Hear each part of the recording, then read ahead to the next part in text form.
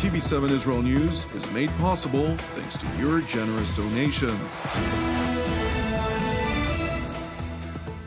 Shalom and good evening. This is TV7 Israel News broadcast to you from Jerusalem, and in today's top stories.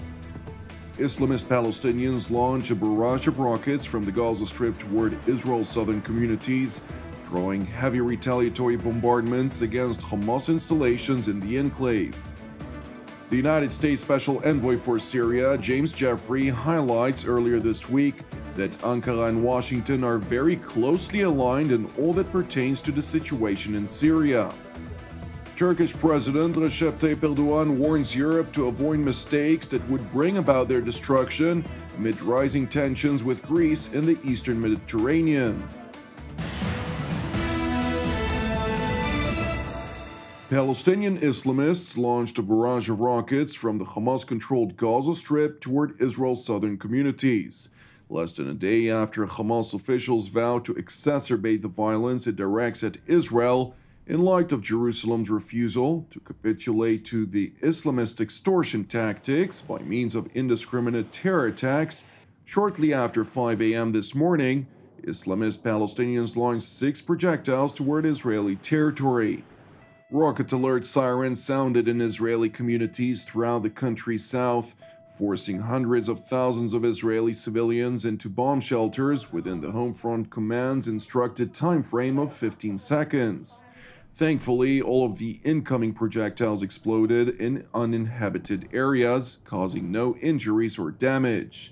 In tandem, the so-called balloon terrorism continues to plague Israel's southern territory. Dozens of balloons strapped with explosive and incendiary devices were sent sailing from Gaza into Israeli territory, sparking dozens of fires in agricultural fields and wild forests. While significant damage devastated significant swaths of land, no injuries were reported. In response to the indiscriminate terror emanating from Gaza toward Israel, the IDF conducted 2 separate sorties against militant installations in the Hamas-controlled enclave. The IDF spokesperson's unit informed TV7 that, among others, a weapons manufacturing site used by the Hamas terror organization was targeted. It further highlighted that the IDF views any terror activity against Israel with great severity and is ready to continue operating as necessary against attempts to harm Israeli civilians or sovereignty. In other yet related news, the Islamist Hamas organization has condemned the United States over its voiced objection to a meeting that was held between a senior Hamas delegation and Turkish President Recep Tayyip Erdogan.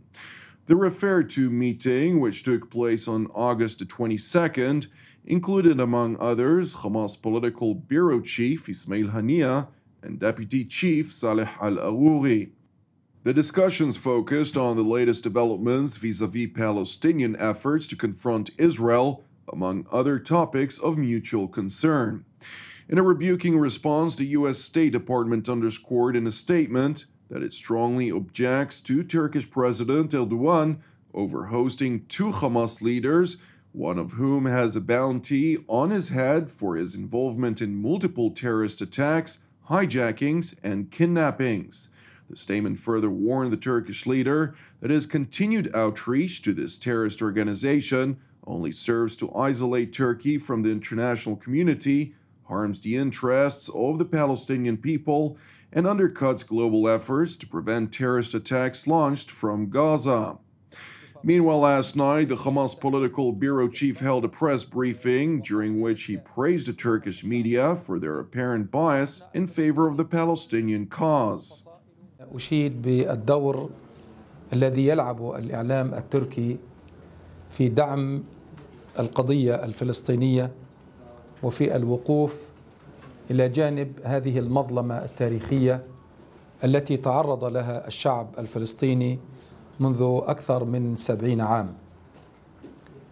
كنا في محطات كثيرة نتابع وسائل الإعلام التركية ونجدها منحازة بالكامل للحق الفلسطيني والرواية الفلسطينية. When asked about the latest Israeli-Emirati normalization accord, Hania insisted that the American-brokered move aims to create a new climate that consequently impedes Turkey's regional influence in favor of the Jewish state. حتى في هناك حديث عن تركيا ومحاولة أيضا أنه هذه التحالفات يمكن فيما يمكن أن تهدف إليه هو أيضا محاصرة الدور الإقليمي لتركيا في المنطقة، واعتبار أن إسرائيل يكون لها اليد العليا في هذه المنطقة. لذلك هذه ثلاث مخاطر تنطوي عليها الاتفاقية الإماراتية الإسرائيلية. من هنا نحن نرى بأن هذه الاتفاقية مرة ثانية تشكل ضربة وطعنة نجلاء في ظهر الشعب الفلسطيني، وشعبنا الفلسطيني بكل فصائله وبكل مكوناته في الداخل وفي الخارج موحد على رفض هذه الاتفاقية. Hamas's political bureau chief further revealed that his Islamist faction has bolstered its efforts to bring about reconciliation with Palestinian President Mahmoud Abbas's Fatah faction to confront Israeli reconciliation with the Arab world. Turning to the Turkish capital Ankara, where U.S. Special Envoy for Syria James Jeffrey highlighted earlier this week that the United States and Turkey are very closely aligned, especially vis-a-vis Syria. The United States is a very close ally of Turkey's. We have proven our worth in many areas, nowhere more than Syria, where our positions are very closely aligned. We have an agreement based on the October 17th negotiations here on the situation in the Northeast, Peace Spring. We're working to ensure that that is maintained. We have very close coordination on Idlib and on the political process, and we'll continue doing exactly what we're doing. In light of renewed UN broker negotiations in Geneva to try and find a resolution for the Syria conflict, Ambassador Jeffrey insisted that the time has come for the Damascus regime to return to the negotiating table and deal with the rest of the international community. The situation in Syria is, thanks very much to Turkish efforts and the efforts of the opposition in Idlib, the military phase of this conflict needs to end. There is no more ground to be gained by the regime. The regime needs to return to the negotiating table and deal with the rest of the international community. Despite the political negotiations that are currently being held in the Swiss city of Geneva, Syrian regime forces alongside Iranian-backed militias are conducting heavy artillery shelling against the southern countryside of Idlib province, where Turkish-backed militias alongside the jihadist Tahrir al-Sham have been amassing troops over the past several days. It remains unclear whether the situation in the northeastern part of Syria would once again escalate into a direct clash between the respective militaries of both Damascus and Ankara. In other news, Turkish President Recep Tayyip Erdogan emphasizes his determination to preserve his country's interests in the Eastern Mediterranean amid rising tensions with Greece and its European allies. Speaking at an event commemorating the 11th century military victory by Seljuk Turk over the Byzantine Empire at Malazgirt, Erdogan further called on Europe to avoid mistakes that would bring about their destruction. Siyasi, ekonomik, askeri bakımdan ne gerekiyorsa yapmakta kararlıyız. Muhataplarımızı kendilerine çeki düzen vermeye, mahvolmalarına yol açacak yanlışlardan uzak durmaya davet ediyoruz. The Turkish president further warned Athens that the ones who throw Greece in front of the Turkish Navy will not stand behind them. Despite these threats, however, Europe is seemingly undeterred. While Greece, France, and Italy are conducting a naval exercise west of Cyprus, Paris dispatched additional fighter jets and frigates to the area. Separately, a joint Greek-American naval exercise near Cyprus was held earlier this week, and the United Arab Emirates has also joined Greece for a joint aerial exercise in the contentious waters.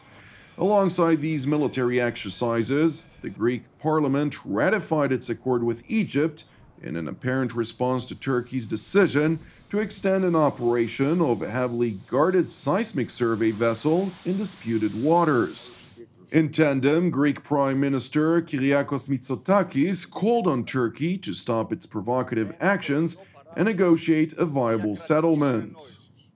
Ότι ο δρόμος της συνεννόησης για το ένα ανοιχτό, εκρεμές ζήτημα που έχουμε με την Τουρκία, αυτό της οριοθέτησης θαλασσίων ζωνών στο Αιγαίο και στην Ανατολική Μεσόγειο, είναι ανοιχτός. Μπορεί να ανοίξει και για την Άγκυρα. Υπό έναν όρο όμως. Υπό έναν όρο. Να σταματήσει αμέσως τις προκλήσεις. Στην ιστορία, άλλωστε, πρώτοι οι Έλληνες καθιέρωσαν τον κλάδο ελέας. Ξέρουν, συνεπώς, ότι δεν μπορεί να έχει αγκάθια. 6 λέξεις, λοιπόν, αρκούν. Σταματούν οι προκλήσεις, ξεκινούν οι συζητήσεις. Thank you for watching us. As part of TV7's ongoing prayer initiative, I would like to encourage you today to join myself and the team here in Jerusalem to lift up both Greece and Turkey in prayer for a resolution, their respective salvation and peace, in addition to our ongoing prayers, of course, for the peace of Jerusalem, the salvation of Israel, for all those who are impacted by the corona contagion and its economic ramifications worldwide.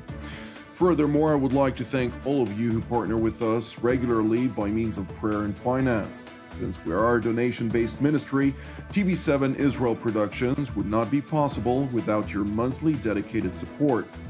I'm Jonathan Hassan, wishing you a Shabbat Shalom u'Mevorach, and we will see you again on Monday at the same time.